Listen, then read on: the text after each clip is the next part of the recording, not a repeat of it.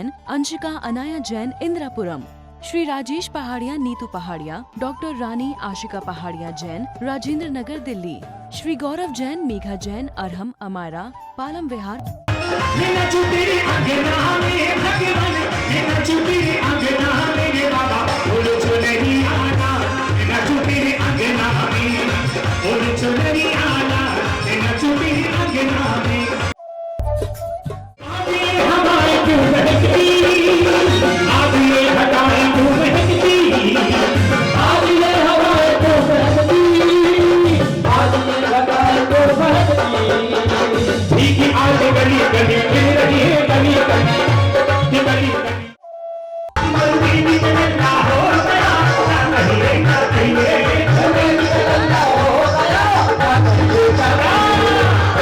इंद्रापुरम में हल्ला हो गया, इंद्रापुरम में हल्ला हो गया।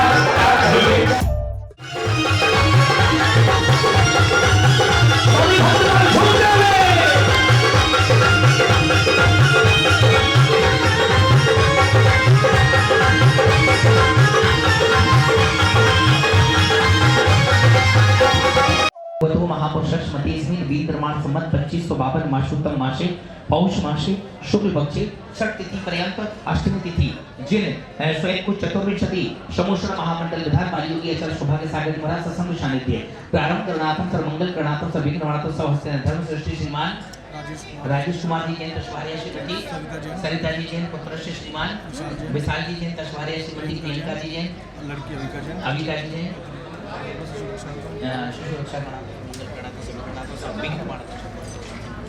जीवित मरना संसा मित्र अनुराग सुखानुबंध निदानानी। मैं क्या करूँगा जब मेरे पास मात्र 5 मिनट होंगे। अभी all our life we are preparing for living but who prepares for death.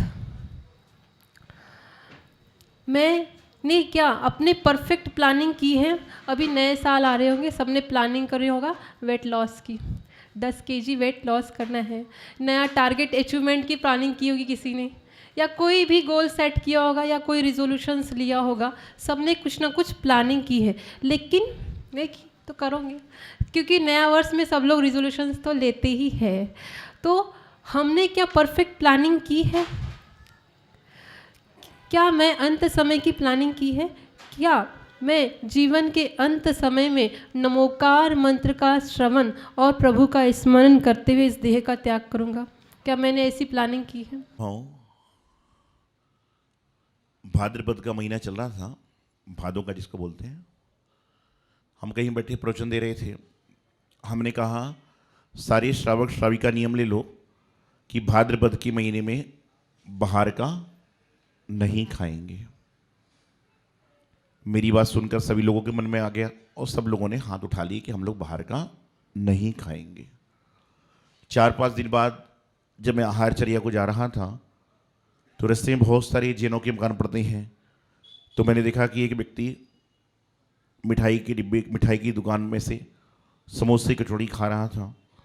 उसको देखकर मन में विकल्प आया, इसे तो परसों सबके सामने दोनों हाथ उठाए थे कि मैं बाहर का नहीं खाऊंगा।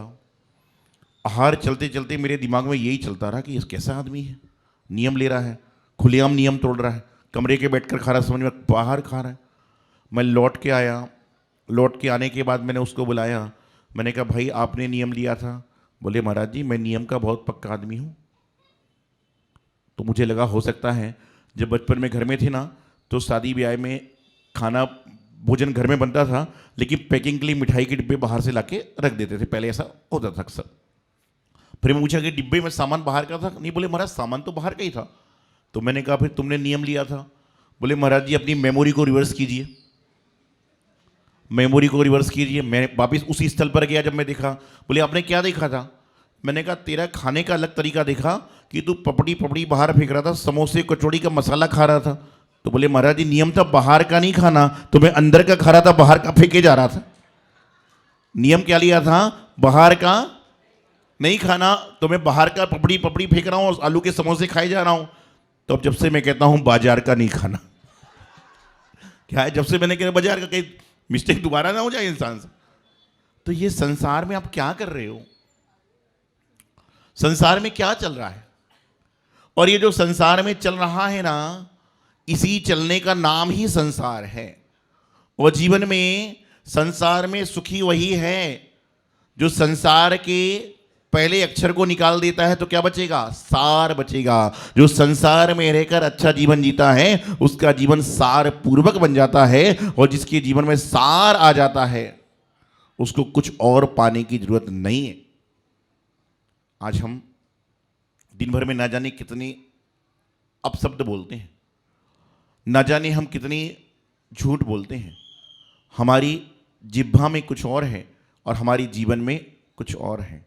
जिह्वा और जीवन जिसका एक हो जाए उसको इस पंचम काल में सर्वश्रेष्ठ मानव बनने से कोई रोक नहीं सकता। जिसके जीवन और जिह्वा एक हो जाए, चाहे वह दिन भर में एक समय के लिए होए तो विचार करना। आप महाराज जियों को आहार देने आते हो, आपने 2-3 बार आहार दे दिए और थोड़ी देर तक आपको खड़ा रहना पड़े तो आप क्या बोलते हैं, महाराज जी मुझसे ले लो ना। हम कुछ नहीं बोलते हैं। थोड़ी देर बाद क्या बोलेंगे, महाराज जी मुझसे ले लो ना। हम कुछ नहीं बोलते हैं। अरे मुझे पता था वो तो अपने जानने वाले से लेंगे, मुझसे लेंगे ही नहीं। तो मैं बाद में बोलता हूँ कि तू फिर आया क्यों देने, जब तुझे मालूम था कि मुझे देने ही नहीं मिलेगा तो क्या है। और कई सारे लोग ऐसे होते हैं, वो 4-6 बार दे, बोले मुझसे ले लो, मैंने दिया नहीं तो मैं बोलता शुद्धि बोलो, तो बोले महाराज जी अभी तो देके गई हूँ। क्या है, आप अपना निवेदन कीजिए, आदेश मत दीजिए। आपने चौके के अंदर एंट्री मार ली ना तो भी आपको आहार देने का पूर्ण पुण्य मिल गया। चौके में आपने एंट्री मार ली तो। कई बार कुछ ज्ञानी किस्म के लोग होते हैं, आकाश जी ज्ञानी समझते ना, यहां तो सारे अच्छे लोग हैं। कई सारे ज्ञानी लोग होंगे, बच्चा अभिषेक करने आ रहा है, वह अभिषेक का मंत्र कम सुन पाता है, टोका टोकी बहुत सुनता है। और जिस दिन जैन समाज के अंदर से टोका टोकी और रोका रोकी खत्म हो जाएगी, उस दिन जैन धर्म सबसे उच्च स्तर पर है और उच्च स्तर पर पहुंच जाएगा। लेकिन आज कोई धोती पहनकर है, तूने धोती ऐसी पहन ली। और अधिकतर जो लोग इधर उधर की टोका टोकी करते हैं, सबसे ज्यादा बिगड़ा माहौल उनके घर का ही है। जो अधिकतर करते ना उनके घर का ही बिगड़ा माहौल है। एक बार एक महिला कहीं से गुजर रही थी तो ये कहने लगी, बच्चे क्रिकेट कम खेला करो, क्रिकेट खेलने वालों के नंबर कम आते हैं। कुछ बोले नहीं बच्चे, दादी। कुछ दिनों बाद में आई, बोले बच्चे मूवी कम देखा करो, मूवी देखने वालों के पेपर में नंबर कम आते हैं। बच्चे कुछ नहीं बोले। 4-5 बार हो गया। उसके बाद जब दादी आई तो बच्चों ने बोला, आपको पता है हमारी दादी की उम्र 100 साल थी। बोले कैसे थी? बोले हमारी दादी ने जीवन में किसी को टोका टोकी नहीं करी, इसलिए वो 100 साल तक जीती रही, और तू टोका टोकी करेगी तो 60 में निपट जाएगी। जिंदगी यही चल रहा है। आज इंसान की आदत है, इंसान का स्वभाव है, ह्यूमन नेचर है कि जो हम कर रहे हैं वो सब सही है और जो सामने वाला कर रहा है उसमें कुछ भी सही नहीं। हाँ, व्यवस्था है, किसी व्यक्ति को समझाने का तरीका भी है, किसी व्यक्ति को बताने की वो भी है। लेकिन एक बात है, यदि कोई व्यक्ति बड़ा कुछ कह भी रहा है तो हम यदि उसको अपमानित करने का भाव करते हैं तो हमारे अंदर दुर्गुण आ जाता है। क्योंकि एक बात ध्यान रखना कि भगवान भगवान हैं, गुरु गुरु हैं, बड़ा भाई बड़ा बहन, बड़ा भाई बड़ा बहन ही रहेगा, माता पिता माता पिता ही रहेंगे। और जो मुद्रा है ना, जिन मुद्रा है वह मुद्रा ही पूजनीय है। आज आपके पास में 500-500 रुपए के नोट के 10 बंडल आ जाएं, मतलब कितने पैसे हो गए? कितने हो जाएंगे? 500-500 रुपए के 10 बंडल आ जाएं तो कितने पैसे हो जाएंगे बताओ भाई? 5 लाख। उन 5 लाखों में गवर्नर की, उनके नोटों में गवर्नर की सील नहीं है तो कितने रह जाएंगे? 0। क्योंकि मुद्रा का ही तो महत्व है, नोट का महत्व नहीं है, कागज का महत्व नहीं है, मुद्रा का महत्व है। जो आपके सामने जिनेंद्र भगवान की मुद्रा है, गुरु की मुद्रा है, जिनवाणी की मुद्रा है, तो उसका आनंद लो ना आप। कई आदमी आते हैं, बोले महाराज आपका जन्म कहाँ हुआ? बता देता हूँ यहाँ हुआ। कब हुआ? बता दो यहाँ हुआ। सब कुछ पूछने के बाद मैं पूछता हूँ धीरे से, क्या तू जन्मभूमि जाने वाला है? नहीं। बोले महाराज जी परिचय निकाल रहा था, सोचा आसपास के होगी तो और ज्यादा आनंद आएगा। अरे आसपास के पहले नहीं थे, अब आसपास के बन जा। जिंदगी ऐसे ही चल रही है और ज़िंदगी ऐसे ही चलती रहेगी। बच्चा जब बचपन में था तो बड़ा होना चाह रहा था, बड़ा था तो जवान बनना चाह रहा था, जवान था तो पिता बनना चाह रहा था, और जब पिता बन गया तो कहता इससे अच्छा बच्चा ही बनाता था। ठीक था, होता है कि नहीं होता है? अक्सर आज से 30-40 साल पहले सासू लोग अपनी बहू को इसलिए डांटते थे कि मुझे भी सास से डांट पड़ी है। आज के ज़माने में तो डांट पाट का मामला ही नहीं है, और गलती से डांट भी मत देना। क्या है? गलती से डांट भी मत देना। लेकिन क्या था, अक्सर लोग इसलिए डांटा करते थे कि बोले मुझे भी, तो वही पीढ़ी दर पीढ़ी। ऐसा नहीं है। पहले के समय में कोई व्यक्ति कहता था ऐसा। तो कहने का तात्पर्य यहाँ पर यह है कि हम जीवन में आगे बढ़ना चाहते हैं, तो आगे बढ़ना है तो आगे बढ़ते हुए लोगों को देखो और ये सीख लो कि वह आगे किस कारण से बढ़े हैं। लेकिन हम क्या करते हैं, जो आगे बढ़ा है उसमें इधर उधर की बातें निकालते हैं, इधर उधर तकलीफें निकालते हैं, तो हमारा दिमाग जो है ना, मेमोरी आपका माइंड एक जगह लग सकता है। यदि आपका माइंड सही है तो आपको डायमंड मिल सकता है, और आपका माइंड यदि डिमांड करेगा तो आपका माइंड अपसेट हो सकता है और आपको कुछ भी नहीं मिलेगा। तो माइंड से डिमांड मत करो, बल्कि माइंड से अच्छा काम करो, तो डायमंड आपको गिफ्ट में अपने आप मिल जाएगा। और माइंड से डिमांड करोगे तो जो आपके पास में वही भी चला जाएगा, अपसेट हो जाएगा जी। आज घर में क्या नहीं है? अच्छा, आप जितने लोग बैठे हो, आपके घर में किचन सेट है, सोफा सेट है, डिनर सेट है, डाइनिंग सेट है, टीवी सेट है, उसके बाद भी माइंड अपसेट है। हमारे पास टीवी सेट नहीं, सोफा सेट नहीं, डिनर सेट नहीं, लेकिन उसके बाद भी हमारा माइंड 24 घंटे सेट है, क्योंकि अपसेट वाली चीज तुम्हारे पास है और सही वाली चीज हमारे पास है, तो सेट तो अपने आप हो जाएगा। हर चीज है लेकिन अप टू डेट नहीं है। जैसे मोबाइल में होता है ना, कई बार मोबाइल में कोई चीज़ आती तो अपडेट करना पड़ता है, रात भर लगाओ जो अपडेट होता है। तो उसी प्रकार से जब मोबाइल को भी अपडेट करना है तो 8 घंटे विश्रांति चाहिए। तो अपने जीवन को भी अप टू डेट करना है तो जिन मंदिर में गुरु के पास जाकर कुछ समय के लिए शांति से रहो, अपने आप आपका जीवन अप टू डेट हो जाएगा। नहीं तो बस मंदिर जा रहे हैं, क्या करेंगे? बोले चावल चढ़ाएंगे। और कई दुर्बुद्धि ऐसे भी आ जाते हैं, बोले महाराज जी विधान में इतने श्रीफल चढ़ाते हो, क्यों चढ़ाते हो? कई बच्चे प्रश्न करते हैं आजकल माँ बाप से, बोले मंदिर में चावल चढ़ रहे हैं, मंदिर में इतना चल रहा है, इससे क्या होगा? इससे अच्छा गरीबों को बांट दो, ऐसा कर दो। आकाश जी तुम तो श्रीफल पे श्रीफल चढ़वाए जा रहे हो, चावल पे चावल चढ़ाए जा रहे हो। ऐसा हर आदमी से हर आदमी पूछता है, और जब लोगों के पास प्रश्नों का उत्तर नहीं होता तो वो मेरे पास आते हैं।